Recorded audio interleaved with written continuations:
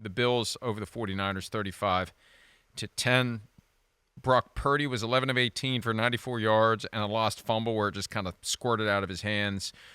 Christian McCaffrey had 53 rushing yards. He injured his knee when he was tripped up on a run that he was about to bust. It was going to be McCaffrey is back. That last guy gets a hand on the shoe, comes down hard on the knee. Couple of plays after that, I've seen someone suggest it was the very next play. It wasn't the very next play. It was a couple of plays later. He gets the pitch and just goes down in a way that made us think he popped that Achilles. Yes. But then he gets up and he jogs off. And it's like, well, wait a minute. I know he's stubborn enough to jog off with a blown Achilles, but you probably don't jog off the field with a blown Achilles. Something didn't feel right in his knee, and that's why he went down. He's got a PCL injury, and he may be done for the year. Got like a toss sweep pitch to the right and looked like as he was about to go, wait, let me turn it on here and try to turn the corner, he realized, wait, something's not right with me.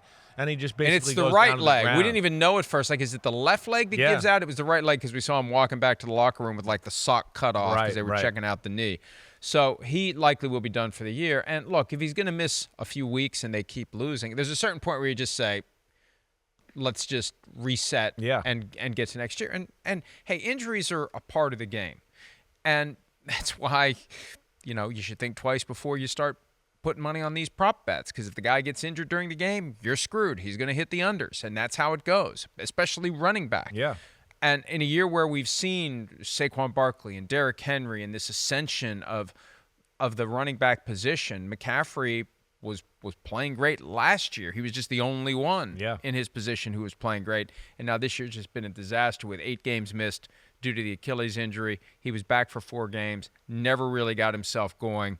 And it looked like last night he was going to. That may be a different game if he doesn't get injured, because he was a guy who was thriving in the conditions, and maybe that would have elevated the 49ers. Yeah, running backs were thriving in general, and his ability to make a big play, who knows, what sways some momentum, make a big play there, get the 49ers jump-started a little bit. But it's kind of a microcosm of what we've seen all year from the 49ers.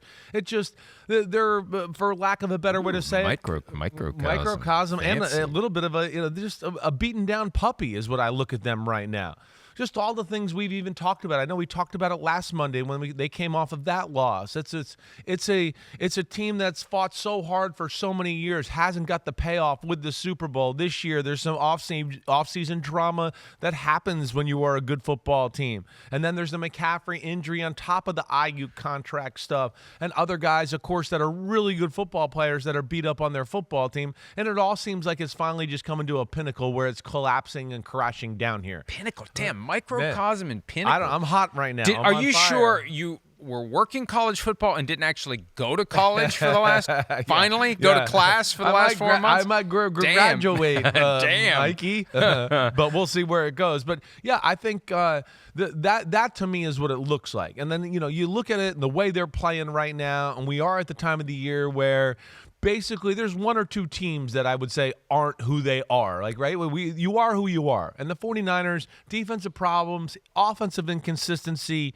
turnovers, mistakes, and big moments, that's who they've been all year. And with their schedule that they got coming up, I don't see how the 49ers are really going to bounce back and make a real push here. I'll be very interested to see what happens. They're 5-7, last place in the NFC West, but only 2 games behind the Seahawks. But you got to climb over 2 other teams to get there. It's different if you're second place and you got a straight shot. One guy. You got to climb over the Rams. You got to climb over the Cardinals, and there's cross-pollination. So some of these teams are necessarily going to win. You can't count on them all to lose because they're going to play each other down the stretch. Right. But let me raise this. We talked about this briefly beforehand. Schedule. Yeah, and look, see, they've got the Rams, got the Cardinals. Who knows what will happen Dolphins at Miami? And Lions. Lions the last Monday night of the year. Bears coming up this weekend. Bears have that possible interim coach bump with Thomas Brown taking over from Matt Eberflus. So you don't know. You don't know. And Brock Purdy, I mentioned the stats earlier. Yeah. There was this presumption going into the season that there's just going to be a coronation. There's going to be this massive contract given to the last guy who was drafted in 2022, made his 32 or 32nd start last night. I don't know that you and I are both not in favor of this idea. Okay, you're due for a new contract. You've played well enough to get one. You're going to be the highest paid player in league history. Right. That there's got to be an assessment of the situation that's fair to everyone. And we argued last year that the Dolphins should hold firm and not give a market-level contract to Tua. That the Lions should hold firm and not give a market value contract to Jared Goff. Now, you could argue both guys when they've played. I mean, Tua missed 4 games, and it's one of the reasons why you hesitate because he had another concussion, and that's one of the checks in the cons box when you've got your pros and cons. Right. But they've played well, but that's not what it's about. What's it about is, okay, if we don't give this guy a market-level contract, what's he going to do? First of all, he might take our less than market-level offer because he recognizes bird in the hand. Yeah. And secondly, if he says no and he bets on himself, is he going to perform so well that someone else is going to say, here's our wallet, take whatever money you want, take all of it if you want. Right. We just want to have you on our team. So I look at Brock Purdy and I say, going into 2025, how much does it take to ensure that you're going to have him long term?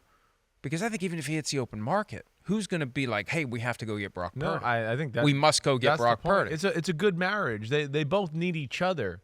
Right, but Brock Purdy's not the guy where I think struggling team or looking for a team that goes, oh wait, we're looking for our new franchise quarterback to carry us in the future. I don't think there's going to be a market out there where teams are going to be like, oh yeah, that's right. Look, hey, Brock Purdy's the guy. He's so big. Oh, actually, he's not that big. He's got such a strong arm. Oh, actually, his arm's not that strong. Oh, he's so fat. Oh, he's a pretty good athlete. Like no, that's not going to happen. And yeah, Mike, we've been one. I feel like at the start of this conversation or at the forefront of it of going, at some point, some of these NFL teams are going to stop doing this.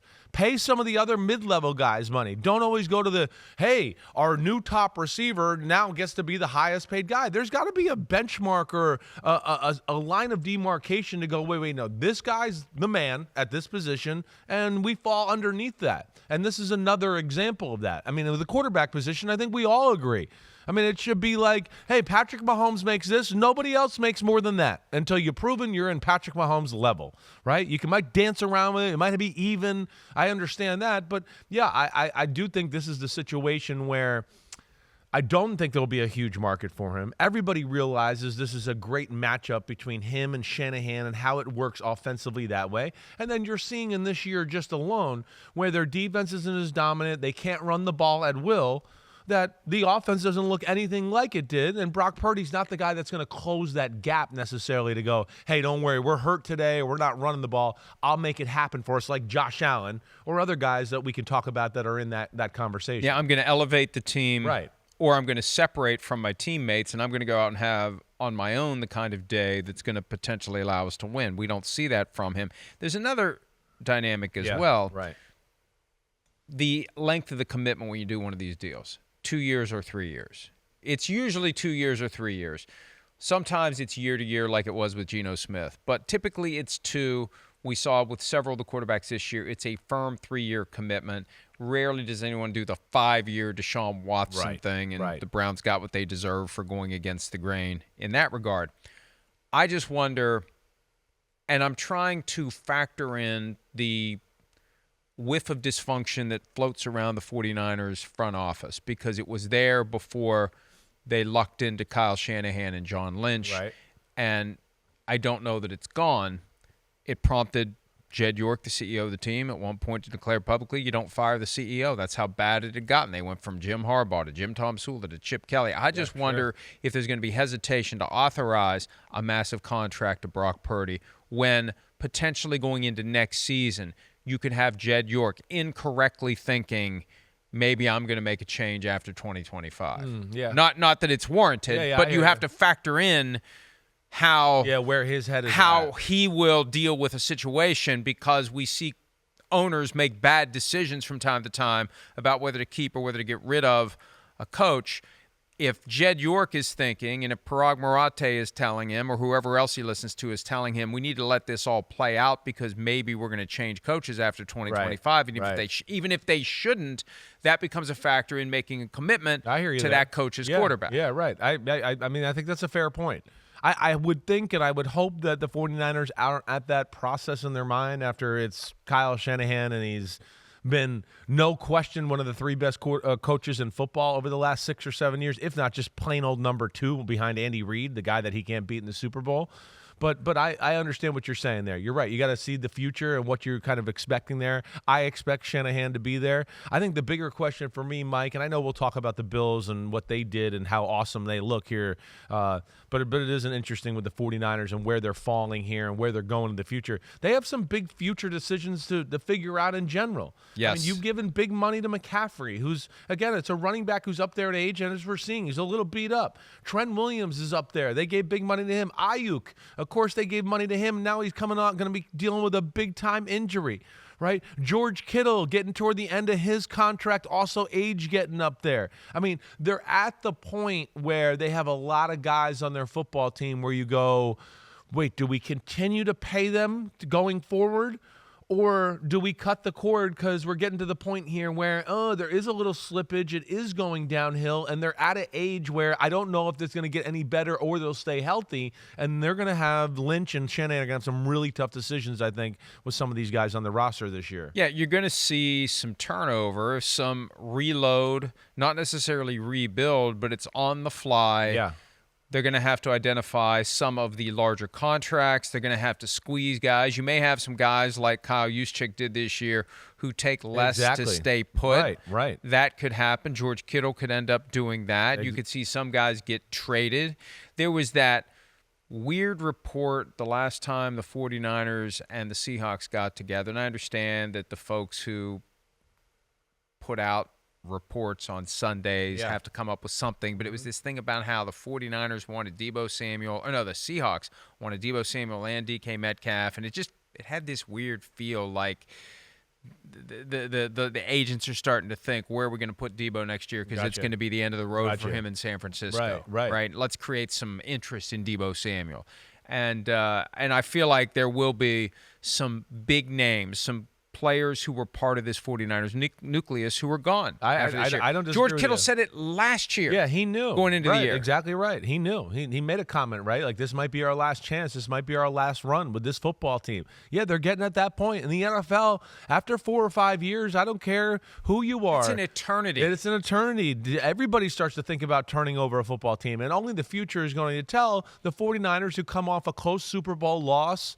to the Kansas City Chiefs, that's what we're going to dissect going into the offseason. Did they hold on to this team too long? Should they have gone, it's over for the lifeline of that team that lost 2 Super Bowls to the Chiefs and we got to the NFC Championships? Let's refurbish and get younger and do that. No, they tried to stay with it, which I understand. It's really hard to pull the plug on what you had. We were yet again up 10 points in the second half of the Super Bowl against the Chiefs. Right. Why are we going to tear this thing down? Exactly right.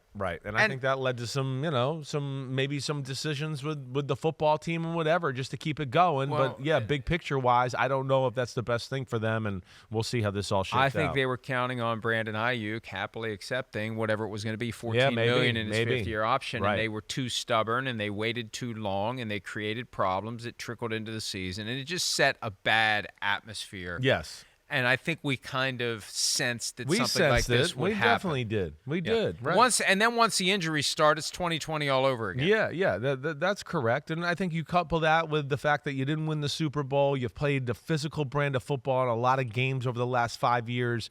It's all catching up to them right now. I don't know. As we sit here, you saw their schedule. They're 5-7.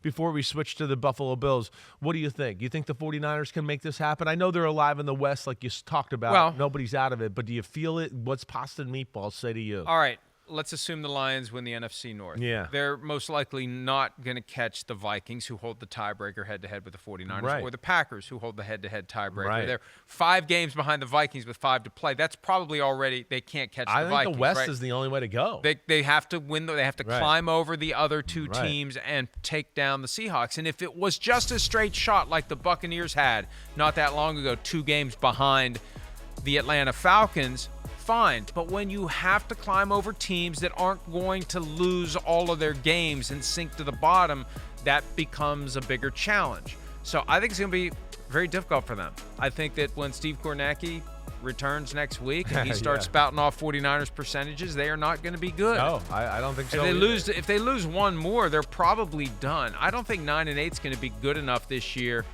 In the NFC, it looks like Washington's already 1 win away from getting to 9, and the Packers and the Vikings are there. It's going to take 10 to get in. It might need this might be the first time in a 17-game field that it takes 11 to get in. Yeah, it might. I mean, I would agree with you. You made me bet, or I had to put money down and get in this conversation.